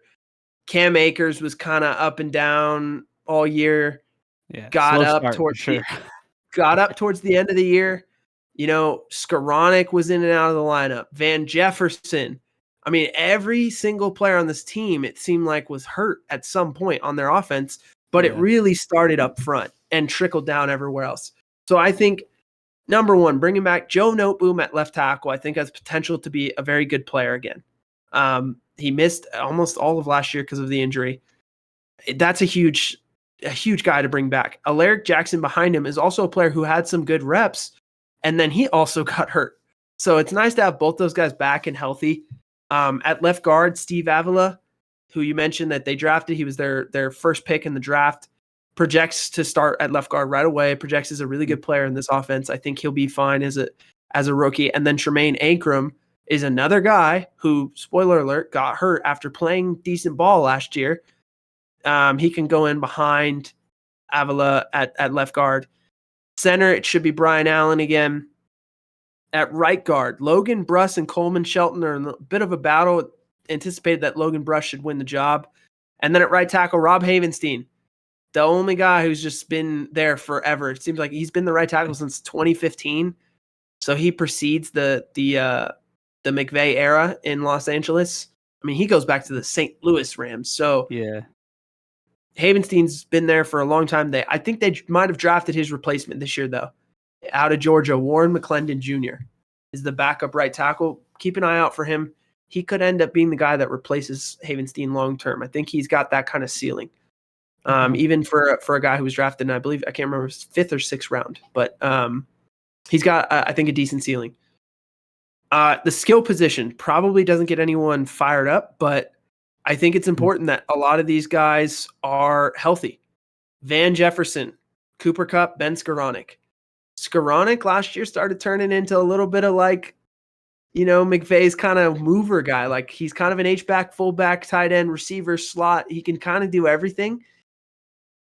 I'm not saying he's Debo or Juszczyk, but he was kind of McVay's version of that a little bit, Van Jefferson had proved himself during the Super Bowl year. He's a guy who can be a legitimate receiver in the league. I think Allen Robinson being gone helps him kind of get back to what he was getting target-wise. I think him and Cooper Kupp should be good. Then you also added a guy who everyone in camp is raving about. No one talked about going into the draft. I personally did not know a whole lot about him until I saw they drafted him and then did some research. Puka Nacua out of BYU. Apparently he's just been tearing up OTAs as a backup receiver and maybe a guy who plays a lot. Not going to say this. How do I say this without sounding hyperbolic? The way people are talking about him is a lot similar to the way that people talked about Cooper Kupp when the Rams drafted him. That's that OTA period where it was like, hey, this rookie guy that the Rams drafted in round 3, and I think Puka was in a 4th, 5th round. I can't remember where they drafted him. I think it's 5th round. They had so many picks that I can't remember where all these guys were drafted, but it's like, hey, this rookie drafted in this later round is actually looking really good. Who is this guy? Yeah. And people have been talking about him. I've heard a lot of praise coming out of camp. They also brought in DeMarcus Robinson, and then Tutu Atwell is a second-round pick from a couple years ago that's still there and could still, potentially. He had some big games last year when he was just kind of the only guy playing at receiver. So maybe that helps him develop. And so the names don't jump out, but I do think those receivers should be much better, especially considering Cooper Kupp's going to be healthy. And then at tight end, you've got Tyler Higbee and Hunter Long, who they gained in the trade from Miami. Quarterback, obviously, nothing matters unless Matthew Stafford is healthy. Everything says he is. The spine is good. The elbow is good. All of that stuff is good. And man, this guy's a Super Bowl winning quarterback. So it's not like the NFC is loaded with all these great quarterbacks. I still think he's a top 5 NFC quarterback right now. I mean, Hurts and probably Dak are the two that everyone loves. Outside of those guys, it's like, hey, Kirk Cousins, Matthew Stafford, maybe Brock Purdy, Geno Smith, Jared Goff. Who's you like Justin Fields, right? Like Stafford's in that top 5 in the NFC, no matter how you slice it. As long as he's healthy. I haven't heard a good name since Jalen Hurts. There you go. You said Dak, bro. That is not the guy in my eyes. Well, I would say that there are parts of Dak's game that I personally really like. Now, is he always 100% consistent? Maybe not. And that's where, that's where things are tough with him. He's been throwing too many picks, but that's another team. That was in the past. The Cowboys have caught a lot of strays today, huh? I'm sorry, Cowboys fans. I don't know. But then you got Stetson Bennett backing him up. Heard a lot of good things about him too. And then Brett Rippon coming over from Denver. Guy you knew well last year, huh? Yeah, that's for sure. At running back, interesting running back room. Cam Akers on a contract year. No more Darrell Henderson. Nope. No more Darrell Henderson. It's they got Kyron Williams, who's coming out of his second year. They brought back Sony Michel. Oh, that's what it was. They drafted Evans out of Ole Miss. So they got some different guys in that backfield. I think Cam Akers, you're about to hear it right now. I think Cam Akers is going to have a monster year because it's a contract year. And the dude is looking to prove something. Yeah. And last year he wanted a trade. The Rams couldn't trade him because everyone in the league said this guy's no good. I think he came back after that and they kind of figured some stuff out after he sat out, wanted to be traded. They couldn't trade him. They had a real conversation with him. I'm sure that was very humbling. Now he's in a contract year. I think this dude's highly motivated. He's healthy. The Achilles injury is now, almost 3 years behind him. I think this dude's going to have a monster year. Like, go back to rookie Cam Akers. That's my projection. That's why I think this offense is going to be much different this year. Obviously not to mention the health of the O-line. The Rams offense, I think, is going to be back to early era McVay.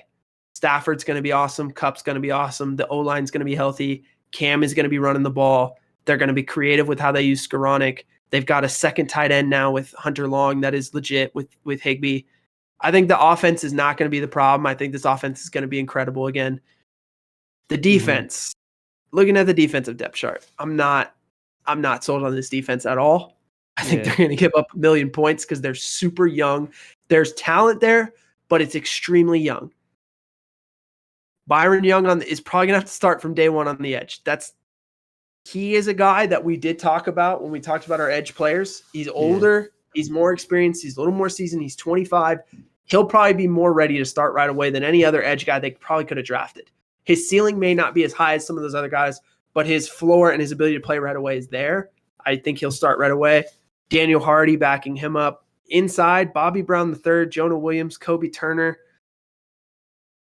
All guys that are just young. They don't have a lot of reps. They're all going to be guys playing next to or behind Aaron Donald, who, of course, is still the guy. But Marquise Copeland is another guy that'll play up front for them. He's played some real reps in the last couple of years. He was on the Super Bowl team. It's just a lot to ask him to be a starter. So he needs to take a significant leap this year if he's going to be a reliable starter, that is. Michael Hoyt on the outside as well. Another guy, he played a lot last year out of necessity. He got better, but it's just, again, that front doesn't inspire a lot of confidence right now. At linebacker, Ernest Jones at the mic. He's the only other starter along with Donald that was part of the Super Bowl team. He's a legitimately good Mike backer, but next to him, Christian Roseboom and Jake Hummel don't have a whole lot of reps. It's going to be interesting at the will position. In the slot, Kobe Durant, sick name, was a rookie last year, played pretty well, also got hurt. So we'll see. They also drafted Travius Hodges Tomlinson, who can play in that slot there too. At corner, oh man, it's Akello Witherspoon, Sean Jolly, Darion Kendrick, and Robert Rochelle. Kendrick and Rochelle in year 2 and 3 respectively, young guys who they've played, but they haven't shown enough when they've played to be like, oh, these guys can be full-time, long-term starters in the NFL. So that's a little bit nerve-wracking. Akello Witherspoon gets added 2 weeks ago. He was just kind of out there for anyone to have. So he's a talented player. He's struggled to stay healthy. One of those longer corners could help them if he is healthy, though. And then Sean Jolly, another free agent they brought in. Safety, I actually feel better about the safety position than probably most, just because the Rams' track record at safety has been so good since Les Snead has been the GM. They've consistently brought in guys. It hasn't mattered 3rd round, 5th round, 7th round. Yeah. They've brought in guys, let them walk in free agency and sign big contracts, and then they just bring in the next guy. I mean, it goes back to LaMarcus Joyner, John Johnson III, Taylor Rapp, Nick Scott. Who am I thinking of? There's a few other names in the Les Snead tenure that I'm not remembering their names right now. Rodney McLeod. Huh? The dude they brought in from the Chargers. Who's that? They swooped him right for that Super Bowl run. They didn't draft him. I know you're talking. Yeah. They didn't draft him. Oh, you're talking about from drafting. Oh my God. All those other guys that I mentioned are guys that they drafted in later rounds, developed, got really good, left for big contracts in free agency, and then all those names that I just said are all guys that replaced each other right down the line. So Jordan Fuller was a kid that looked fantastic as a rookie, has had injuries since. He's finally healthy. I think he'll be the dude this year. He's got that one spot locked down. I feel good about that. The other spot, the other safety, Russ Yeast, Quentin Lake are guys that have been in the program for a little bit. And then Jason Taylor, they just drafted. Any one of those 3 guys could take that other safety spot. So this is what I see this Rams team profiling as, a team that's going to score 30 points a game and give up 30 points a game. Just because they're going to be so young in the secondary, they're going to make obvious mistakes. They're not going to have the greatest pass rush ever to help them. It's going to be all on Aaron Donald to be Superman. And we saw kind of, he can't be everything everywhere all at once, right? Yeah. He's not a movie. So I think defensively it's going to be tough. I think offensively they're going to be back to where they were early McVay area, though. Yeah, I will say, so, Fish, our guy Fish, I've been going to Rams games for the past 2 years with them, about to be the 3rd year, right, since they opened up the stadiums again after COVID. Yep. And one very quick way to tell about the turnover is I literally have one jersey, I think, of a dude who's still here at the moment. And the other ones, either retired or they were there for a year or, whatever the case may be. Mm-hmm. And we were talking about it yo, who are we going to get this year, right?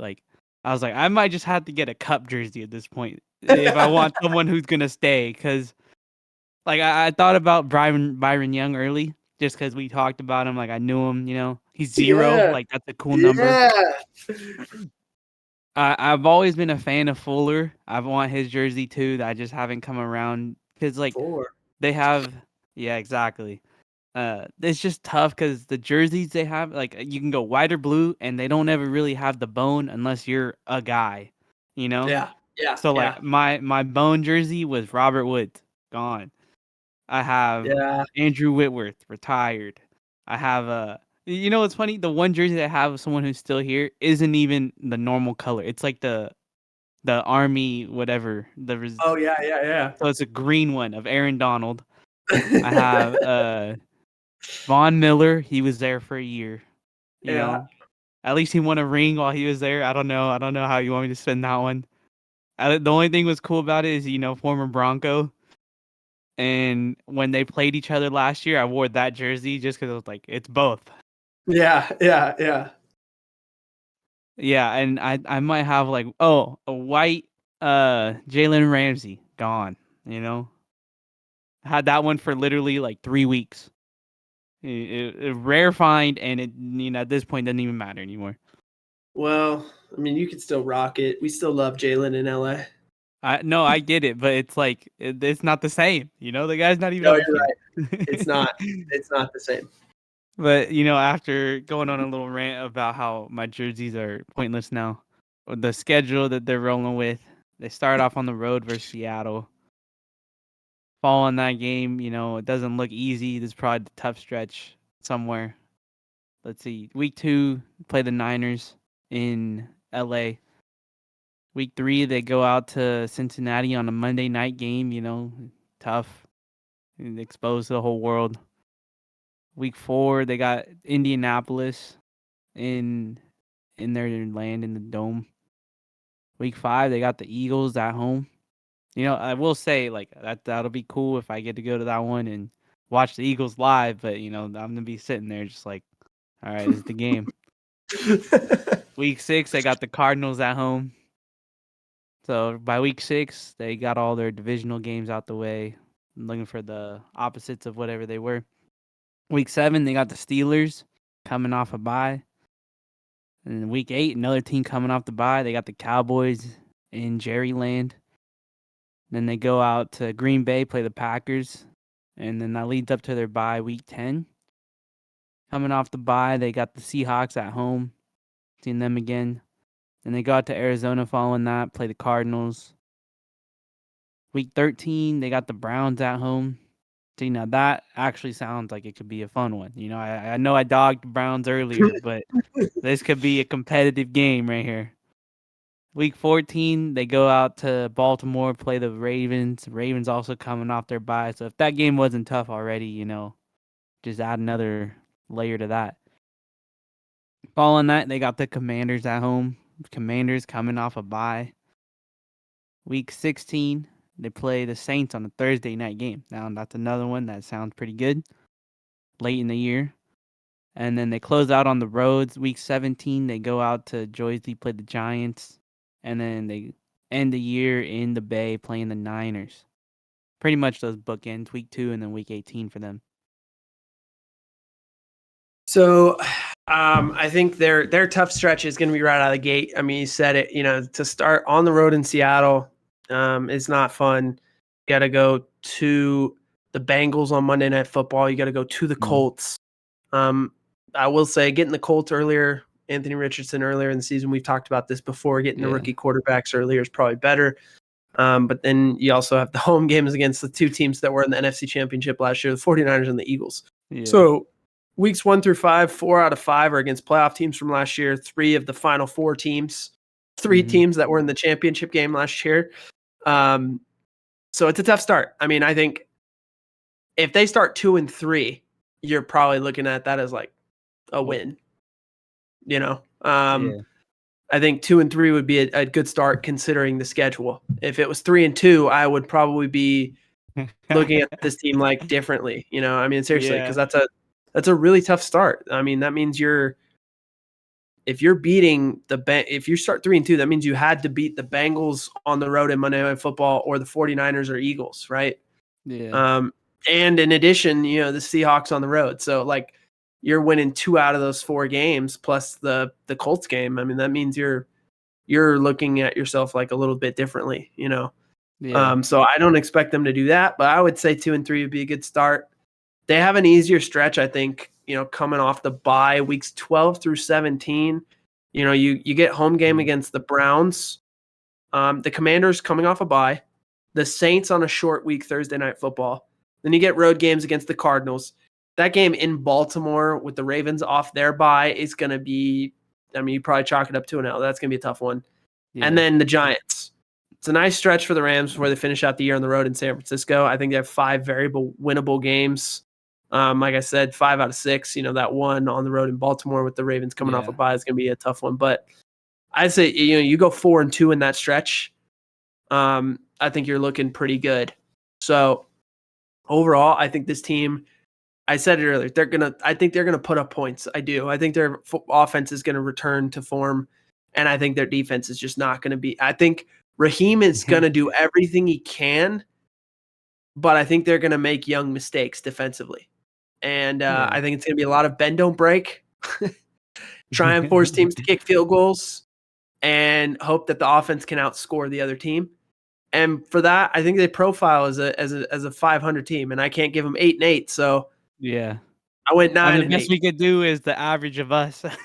I went 9 and 8. That's Yeah. my guess. I do think the championship DNA of this team, Stafford, Kupp, Donald, McVay, is still there. Yeah.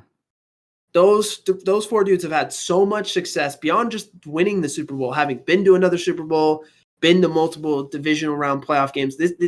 Those guys are too good to just be terrible again. I think last year was an outlier. I know everyone loves having fun with you trade all them picks. Yeah. Yeah. Now it's coming home to roost and blah, blah, blah. I think this team those guys are too good to not be at least 500. That's just so 9 and 8. I think that's pretty fair for those guys. Yeah. I went 8 and 9. The flip side of that, I mean, I don't know. At least we see it similarly. You know what I mean? Like, that's what it comes down to realistically. I'm gonna be honest, I don't even know if we said ours for the Cardinals. We both had them at 3 and 14. I don't know if that was said, but that was our prediction for them. Let's see. The question for this Rams team, though, do you think that our guy Matt Stafford and Cooper Kupp could look how they did during that Super Bowl run? I mean, you kind of talked about it. You feel like the offense will be that, essentially. It's just I the do. big question is going to be the defense, if they could at least make some stops. So I think I was kind of looking statistically at some stuff. Cooper Kupp only played 9 games in 2022. Stafford only played 9 games. Not all 9 of those games were together. Yeah. They only played weeks 1 through 8 together. Then Kupp got hurt in week 9 without Stafford. Stafford got hurt in week 10 without Kupp. So by week 10, this team didn't have either one of those guys, right? It just was. Yeah. Then it was just a slog to finish the year. Yeah. So weeks 1 through 8 together. I was like, all right, let me just look at the stats weeks 1 through 8 with those 2 guys, right? Mm-hmm. In that time, Kupp averaged 102 receiving yards a game and scored 6 touchdowns. Over the course of a full season, that would have projected to be 1,700 yards and 23 touchdowns. Obviously, he had the historic 2021 season. He had 19 or 1,947 yards and 16 touchdowns. So he and Stafford weren't quite as good in 2022, but it would be dang near impossible to be as good as you know what I mean? So, but they were pretty close. And that's the thing that I took away when I deep dive these stats. I watched more film. I was like, you know what? Those 2 guys, when they're healthy, even with the beat up O-line, still were not. I mean, they're still pretty good. Yeah. You put in a healthy O-line, give Stafford some more time, this thing could be really good again quickly. And that's what convinced me. I think the season was less about performance for the Rams last year and more about injuries. If Stafford and Kupp are truly healthy, as all the reports to date have indicated, I think these 2 can get back to being one of the best tandems in football. I think they're gonna have to carry the Rams, like I said, given their defense. And then even less talked about special teams. It's going to be a bunch of rookies basically. So that part is where I think they're, I think their offense can be so good that it drags them to 500 is my thought. Just because I am betting on the pedigree of McVay, LaFleur, Stafford, Kupp, Akers in a contract year. Yeah. But you look at this film, I went back and I was like, all right, what made them so great in 21, right? And then try and compare something to 22. This was the run in the Super Bowl, the last drive to win it, right? Starts off with the 4th and 1 where they run the little motion. Now, I want you to pay attention to the details. Most teams, when they run jet sweep, that guy just runs, right? Yeah. And what does the defense do? They adjust. What does Kupp do? See how he does the kind of little short motion, chip, shuffle. Then he goes. It totally throws the defense off because they're thinking he's short motioning into block like he always does. The timing of it is so incredible with he and Stafford. You have to be perfect on the timing of that. And then to get the handoff, they get the sealed edge with Hopkins there, and it's a first down. On 4th and 1 from your own 30 in the Super Bowl. People have talked about this play numerous times, but just the details of it still get me. How quickly they're able to get the snap to handoff right here. It's just impressive. You know, it almost looks, and the O-line sells it like it's quarterback sneak. That's the other part that's fun. Now you come up to the next play. Here's Kupp in the slot at the bottom. Look at that. Jermaine Pratt doesn't have a chance. Like, the Bengals are trying to play zone defense, and Jermaine Pratt is out here on, essentially with the route concept, is on an island with Kupp. Kupp's just like, dude, you can't guard me. Stafford just gets him the ball. It doesn't even matter. Pratt's in a decent spot. It doesn't matter, though. Here you go. This is the no-looker. All right? There's the no-looker. It's been broken down before, but you've got the kind of one high safety. You've got the corner. This is essentially cover 3, right? 4 under. You can see the 4 under, 3 deep, right? So he's trying to get this underneath defender whose job is to play high to short to bite so he can throw the dig behind him, right? So what does Stafford do? Look at this DB. He's breaking down now. Stafford stares down Hopkins, gets both these guys to bite there so that he can clear the window on the hash behind Von Bell, the hook defender, and get the ball to Kupp. Huge play. I mean, it's one of the best eye manipulations by a quarterback that you've been able to physically see on tape. Yeah. Von Bell has got to be sick. Like, oh, dude, I played that almost perfect, and it's still a huge completion to Kupp. Okay, here's another play now later in the drive in the red zone. Again, Cooper Kupp's going to have the little option route, and Logan Wilson is in great coverage for a linebacker, but he doesn't have a chance. The Bengals are playing all this zone with these linebackers trying to cover Coop, and they can't cover him, dude. It doesn't matter what you do. And I'm telling you, Logan Wilson's in great position. It doesn't matter. Kupp's too good. Stafford's too good. Here you go. Now this is the game winner, right? On that drive. Fade ball, just one-on-one. I'm better than you, Eli Apple, for the Super Bowl. Game over. One of the best seasons a receiver's ever had. I don't think he's going to be that guy in 2023, but I think he and Stafford are going to be good enough to drag this team to 9-8 and possibly sneak into the playoffs. In the NFC, 9-8 may get you the 7th wild card, the 3rd wild card, the 7th seed.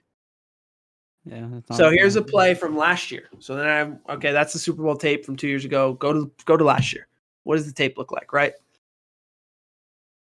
Here's 3rd down against the Cowboys. They're going to play man coverage, man free, one high safety. Coop's getting man-to-man, right? Trayvon Diggs. Look, he's already got him beat. You can see it, the stem inside. He's going to get inside this guy, get across his face. Stafford identifies it with a collapsing pocket quickly, gets the ball out of his hands to Kupp, and lets him be in a position where he can catch and run. And this is a touchdown. Great. Not blocking in the back, but just cutting a guy off by Ben Skoranek. Yeah. And those kind of plays were still happening early in the year. Who is that guy guarding him? Just let it Trayvon Diggs.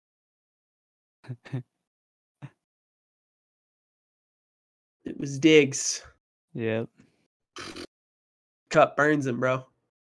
So that's what I'm saying. I have faith that those Rams on offense can return to form. And despite my doubts about their defense, I think they can be a decent football team this year. Yeah, I look forward to seeing it. I mean, I would love to see some competitive games, if I'm there. So that's sure selfish of me to say, but that's a fact. Huh? I said, I'm sure you would. But yeah, last team in the division we're taking a looking at is going to be the Seattle Seahawks. They went 9-8 last year, as you said. 9-8 might get you to the playoffs. They did that, lost in the wild card round, and they had them at second in the division overall. They're normally good at running back. Lost a lot of them. I'll let you get into that though. Yeah, they lost some guys. They lost edge Shelby Harris, D lineman Quentin Jefferson, linebacker Cody Barton, D lineman Puna Ford. So they lost a lot up front. But to be honest with you, there was some improvements they need to make there anyway. And they added a D lineman, Draymond Jones. They added safety Julian Love. They added linebacker Bobby Wagner, brought him back. Added D lineman Jerron Reed, linebacker Devin Bush. I mean, so you can see they really attacked those areas in free agency, and then they added a center in Evan Brown. But the draft, I think the Seahawks probably had my favorite draft of anybody. I think they had the best draft, honestly. I really do. I think they crushed it. I mean, our guy cornerback Devin Witherspoon, guy we both like, and another dude who's just a dog, Jackson Smith-Njigba, edge rusher Derek Hall. I don't know much about that guy, but I know the other two are going to be fun to watch for sure.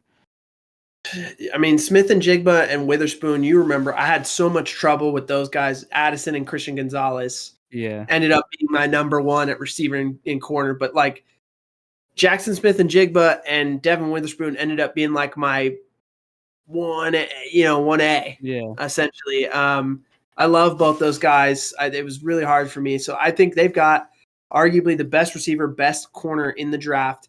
Derek Hall is a pass rusher from Auburn who is pretty good. I mean, it's another good pick. Yeah. I just think they John Schneider and Pete Carroll, they just crushed the draft. Yeah. And the offensive and defensive coordinators for the team would be Shane Waldron and Clint Hurt.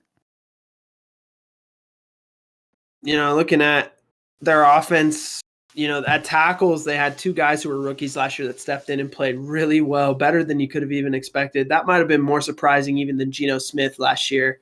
Charles Cross and Abraham Lucas. Then in interior, you got Damian Lewis, Phil Haynes, and then they brought in Evan Brown. Something to keep your eye on. They signed Evan Brown in free agency, but they also drafted Olu Oluwatimi from Michigan, who is essentially the best center in the country last year in college football. So really interesting, like sneaky battle. I think Evan Brown's projected to be the starter, but don't be surprised if Olu Oluwatimi, gives him a run for his money. Maybe he ends up winning the job. We'll see. Their skill positions. I realize, man, they've got three unbelievable receivers right now. DK Metcalf, Tyler Lockett, Jackson Smith-Njigba. Mm-hmm. Not a lot behind those guys, though. I'll just tell you, not a lot of depth. Now, it's okay because they have three tight ends they really like. Noah Fant, Will Dissly, and Cody Parkinson. I think they're going to be in a lot of, I don't know that they'll ever play 10 personnel. I think they're going to be in 11, 12. And so if you're in 12, it actually takes one of those receivers off the field in favor of playing another tight end. And I think there are certain things they do offensively where they will do that. Makes sense. The running backs, they've got three good running backs. Kenneth Walker, Zach Charbonnet, who they just drafted. Again, another player who's really good that they drafted. Yeah. And then DJ Dallas, who was kind of like their third down scat back last year. And of course, at quarterback, you got Geno Smith coming back and then Drew Lock backing him up. I think this Seahawks offense could be even better this year, given the additions of Charbonnet and JSN, Geno having another year under the belt, the O-line, some of those young guys having another year under their belt. I think this offense could be even better.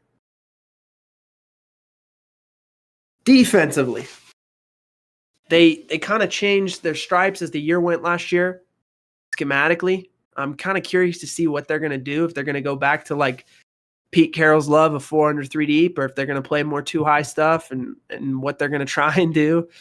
They were really multiple last year, so we'll see. They have a lot of athletes, a lot of players that I like. On the edge, you've got Uchenna Nwosu, Derek Hall, Boye Mafe, Jaron Reed, Darrell Taylor, all guys who can play out on that edge. Inside, they're going to have to rely on a rookie, Cameron Young, until Brian Moan, their normal starter, gets healthy. They also have Jonah Tavai back there, and then Draymond Jones and Mario Edwards Jr., a couple other guys playing on that D-line up front. The linebackers, Jordan Brooks, Bobby Wagner, Devin Bush, form a pretty, good trio of guys.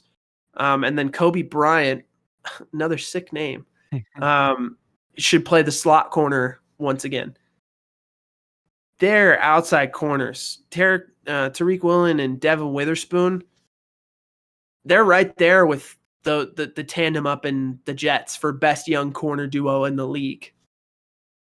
I really like those two guys. Safety, Quandre Diggs. And then you've got Jamal Adams, but they also signed Julian Love, which I wonder if that means they're going to be prepared to move on from Jamal Adams pretty soon here because of his injury history and everything that has happened with him. But they've got depth there. I love their secondary. I think they're really good up front. They've got pass rushers. Their linebackers are better this year. I'm excited for the Seahawks defense. I think this Seattle team can challenge the 49ers for the division. I think the 49ers may take a little step back. I think the Seahawks are going to take some gains forward with the guys they added in free agency in the draft. I really like what they did this offseason. Yeah, I will say it's the one team that was so far for at least this division where you started talking and I was like, man, this team sounds good. They're loaded, right? Yeah. So I mean, I don't know. Maybe my 10-7 when I did that was, a little low. But that was also like a week or two ago. I just boom, boom, boom, boom, But the schedule that leads to that prediction that I made, they start off against the Rams at home. Following that, they go out to Detroit, playing the Lions. Then they get the Panthers at home right here, week 3. Following that, they're going out to New York, playing the Giants on Monday night. That could be a good one depending on what the Giants do with Saquon bringing him back, or paying him, I should say, not bringing him back. And then following those 4 games, they get their bye. That's pretty early, sadly enough, but maybe it's well-deserved for this week 6 game. They got the Bengals in Cincy, so get an extra week to prepare for those dudes. And then they get a couple of home games here. Week 7, they got the Cardinals. And then week 8, they got the Browns. Following that Browns game, they go out to Baltimore playing the Ravens week 9. Week 10, they got the Commanders at home. Then they go back, or they play the Rams again, and they go to LA. Rams will be coming off their bye week right there, as we've seen on the last one. Week 12, they got the Niners at home on the Thanksgiving Day, Thursday.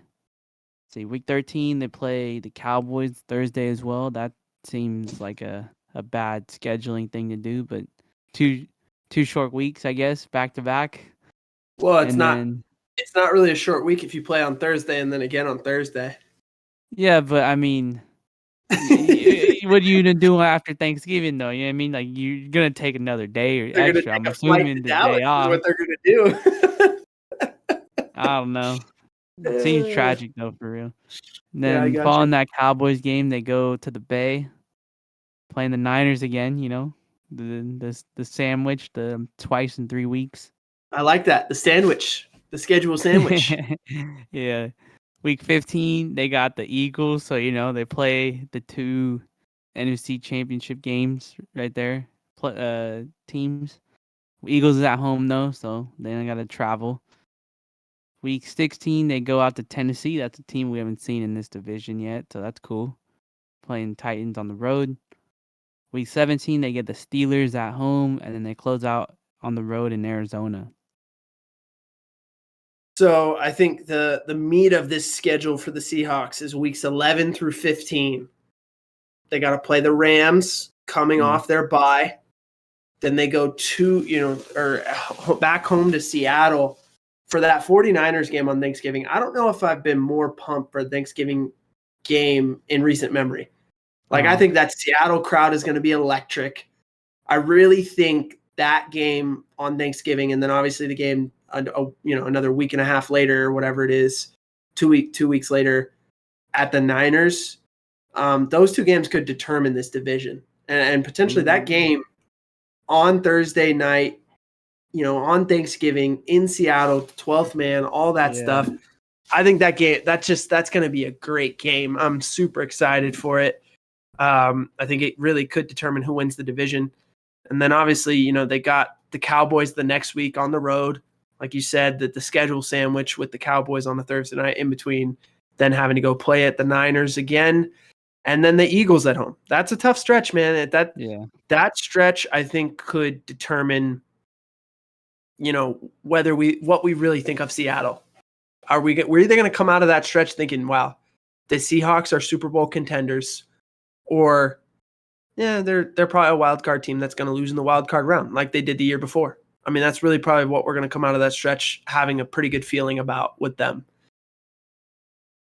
Now, their weeks 1 through 7 is probably their easy stretch. They start the year fairly easily. They get the Rams at home. They get the Panthers and the Cardinals at home. They got to go on the road to the Lions, the Giants, and then that Bengals game is tough. And other than that, I really like their early season schedule. The toughest game early in the season is at Cincy, but they'll have the advantage of the bye week to prepare for that one. And I think they could start the year 4-2 and start really strong and challenge the 49ers for this division. I really do. My bold prediction is that they're both going to finish 11-6, but that Seattle will win the tiebreaker and win the division. That they're going to beat them on Thanksgiving, and that's going to be enough to ultimately win the division at 11-6. That's interesting. It's very doable, depending what happens with the Niners. I mean, I know I had them being a little bit better, but you got me juiced for this team for sure. It had the sneaky might be better than we think. Yep.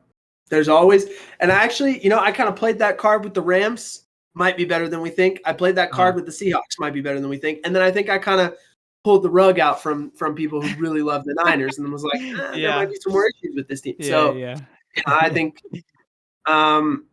you can't have all 4 teams we might be better than we think. So I went with the Rams and the Seahawks in that category, and the Niners pulled the rug a little bit.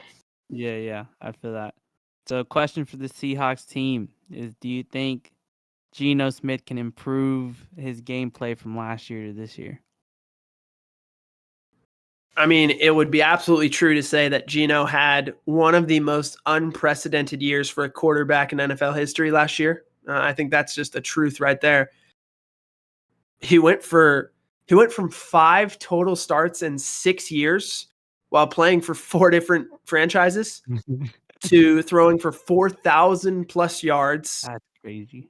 A 30-11 touchdown to interception ratio, making his first career Pro Bowl and leading his team to the playoffs in 2022.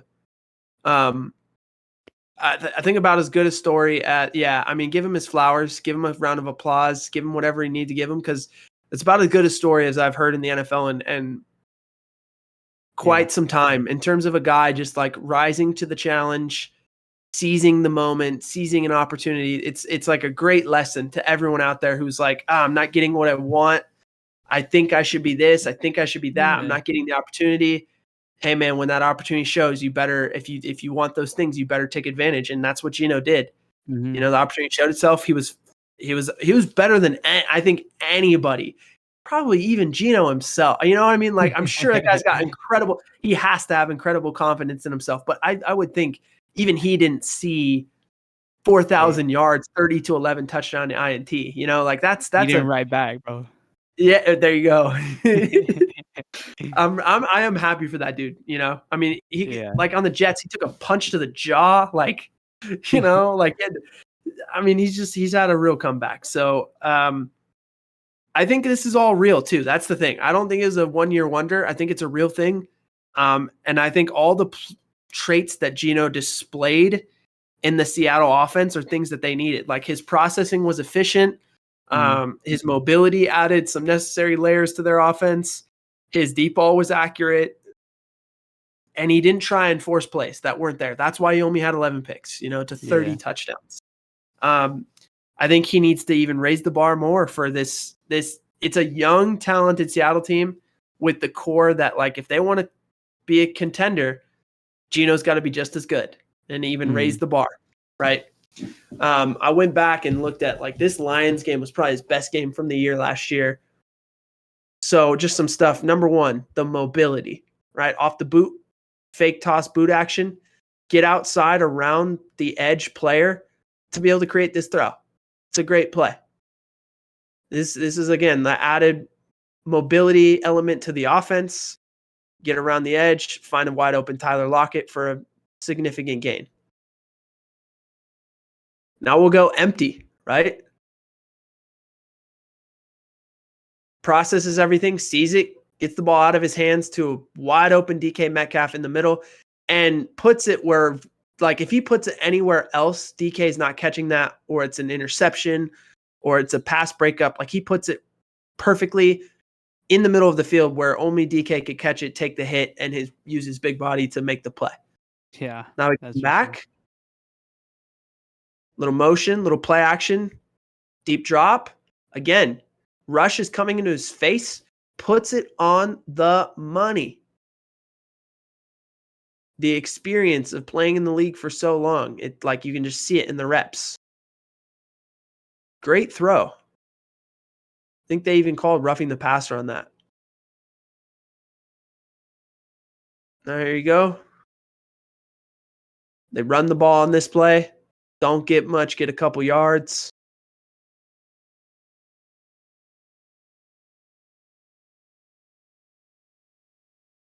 I think a lot of people assumed in a best case scenario, Geno could be like a game manager. And he was just so much more than that. They go back to empty. Now check this out. That mobility, QB draw, nasty. Yeah. Follow the blocker. That's money. It's funny because how similar he's like, I was talking about those two quarterbacks in San Francisco, right? Yeah. All the different looks that you got with, you could go out of the gun, you could go under center with Purdy, but then you got the added element of Trey Lance running the ball with him. Mm-hmm. Geno is kind of the perfect blend of both those guys right now. You just saw it in one series against the Lions, right? Yeah. He could do all of it. He's under center. He can give you the play action. He can go empty. He can go out of the gun. He can give you the QB run game. He did a great job last year. I anticipate him being just as good. I don't think that was a one-hit wonder. I think his career, he's a little older for being a guy who's ascending, but I think he's got some good years ahead of him. Yeah, buy yourself a little time, maybe make a little extra bed late in the years. Little extra bread, huh? Yeah, a little extra bread. But, so that brings us. Oh. Well, I'm just finishing up. So you've got the Niners winning the division, Seattle 2, Rams 3, Cardinals way behind in 4. Yeah. I've got Seattle and San Francisco tied for the division. I'm saying Seattle wins the tiebreaker. Yeah. I got the Rams in 3rd, possibly sneaking into a wild card because the NFC, I think, is weak this year. And then the Cardinals, we both feel very similarly on that they're just going to be bad. Yeah. This division, man, it's a good division. It's fun. We'll see what happens with it. That's for sure. And brings us to the part of the episode. You got the banger.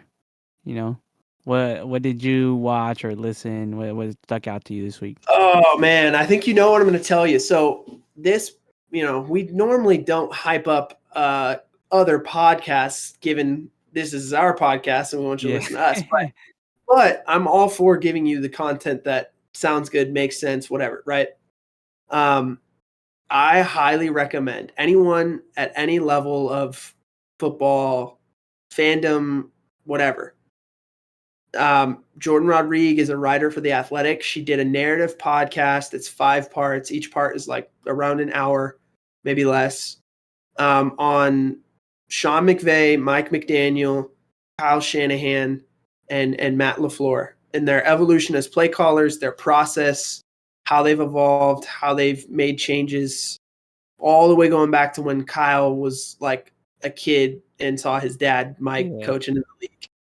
And I just thought she did, a great job of capturing the personalities of all those guys and how different they are and how that shows up in the way that they call plays and the way that they design offenses.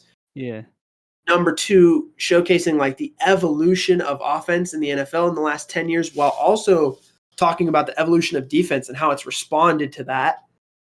The interviews with the people surrounding those guys, like RG3, who played for those guys in Washington, or Raheem Morris, who has worked with all those guys on the defensive side. I just thought it blew me away how much I learned or could think about how like the process of those guys developing what they develop, as opposed to just being like, hey, this guy's awesome. Here's why. Yeah. I thought she did a great job compiling a lot of information and giving you a lot of the why. The why. Like when you're watching a game and things happen, sometimes it's like, oh, that was a big play. This is like so much of the in-depth why that if you're a real, football junkie, like I think you and I are, you crave. And obviously me as a coach, I'm always looking at that and innovating and thinking about what to do next and why it makes sense. What could people do against it? All that stuff. So I just thought she knocked it out of the park. It's called The Play Callers. It's on all the podcast platforms. I highly, highly recommend, if you're a football fan, that you listen to it. Joe, I sent a text to you like the day I listened to it. What'd you think? Yeah. So I only listened to the first one while I was at the gym. I don't remember what I was doing. Nothing crazy. I think it did legs yesterday, so I was just listening to it while doing legs. And it was good. It's crazy because, like you said, it shows all their personalities. But I think the crazy part is the way they talk about the game, right? So like within the first 3 minutes, like I already thought this dude Kyle Shanahan was crazy. He was like, we could run one play 40 different ways. He's like, we could do this. We could have this guy do this and this guy do this on a different play. And it's just like their minds move so crazily. And then, like you said, they incorporate how they all like cross paths, right? So obviously, most notably known, Mike McDaniel was the ball boy for the Broncos back in the day. And I think that fool is hilarious. Like he doesn't like he sounds like really like monotone, but in the way he talks, it's like he's like a surfer type dude, right? He's just like, man, like he'll just crack little jokes for fun, you know. Like in the beginning, he was like tap tap, like tin the mic, like is this on? And they're like, yeah, like say a sentence for us to see if it's picking up, and he was like, the weeping wallow whistled in the wind. You know what I mean? Like this guy is just something else. Yeah, he's just a different cat, bro. No question. Yeah. It was interesting hearing Shanahan when he was the OC in Washington, and all those guys were like QC guys for him, basically. Yeah. And how he sort of treated them. And I think a lot of people perceived it as like, oh man, he was a real jerk to him, like whatever. Yeah. But I could so relate in my coaching career where it's like, bro, if you have an idea, bring it to the table. But make sure you have thought about every angle and every question that someone could ask you as to why it works or what it does and what the counter is. Okay, well, if they do this, like you better have a response to everything. Yeah. And when you're having to do that, it makes you so much better. I can attest, like I've been in coaching offices and rooms where I thought I had a good idea. I brought it to the table. Someone asked one question and instantly it's like, oh, I don't have an answer for that. Well, that's dumb. Why'd you bring it to the table? And you get laughed off you know what I mean? You get laughed off the stage. It's like, yeah, okay, go try again. But then it's a great feeling when you have something and you're like, no, this is the answer. Here's what we can do. Here's how we max this guy out. And this is what, oh, if they do this, oh, this is the counter. This is what we do. You know what I mean? And you have that stuff already mapped out. So when questions are being asked, it's like getting the answers to a test before you take it and you already have it. You know how good that feeling is? And so I could totally relate to how he was talking about those things. And it made me feel like, oh man, I've been in that room, done that thing before. I get it. But it was just cool the way that they talk about football. I think you're right. It's just like, man, they're at an elevated level. They're always thinking about the next thing and innovating and processing. And so highly recommend that. And kind of in tandem with that, Netflix just released today, Quarterback, follows Mahomes, Mariota, Kirk Cousins. I started watching that. I got like an episode in. It looks good. So far, so good. I would recommend that to football fans as well. I don't know how many episodes it is. The one episode was like an hour. So I'll probably watch some more tonight, Yeah. Get after it, breaking down some tape, watching some quarterback. So, but yeah, that's what we got for you.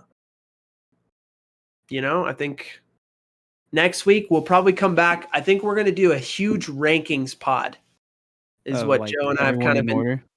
Yeah, we kind of been talking about some different stuff. I think we're just going to rank a bunch of different things, teams, position, players, like just do some rankings, just crack up some rankings, put up some graphics, talk about it. We've talked about every team at this point, what we think kind of where they're at. So we'll do some ranking stuff. And we'll by that point, once that one's done, then we'll start talking training camp. We'll start, dude, the meat of football is we're getting back, baby. We're back. We're on the slope to games now. Yeah, we are now on the upward trend. We've made it through the downward, and we're starting to get the upward climb. By the end of the month, we're going to be to the moon. It'll be some good times ahead of us for sure. If you made it this far, thanks for listening. As always, appreciate it. Follow us on our socials. We got. You want to hit us with one of these real quick? Yeah, we got this. Second two underscore podcast. There you go. We got Twitter, TikTok. Obviously, we're on YouTube. We're on Spotify, Apple Pods, Amazon, wherever you get your content. And we're there. Hit us with a follow. Appreciate that. Like I said, leave comments, out on top of subscribing. And let us know what you want to see from, something looking on forward maybe. Give us some ideas. And until then, we got our guy Ray taking us out.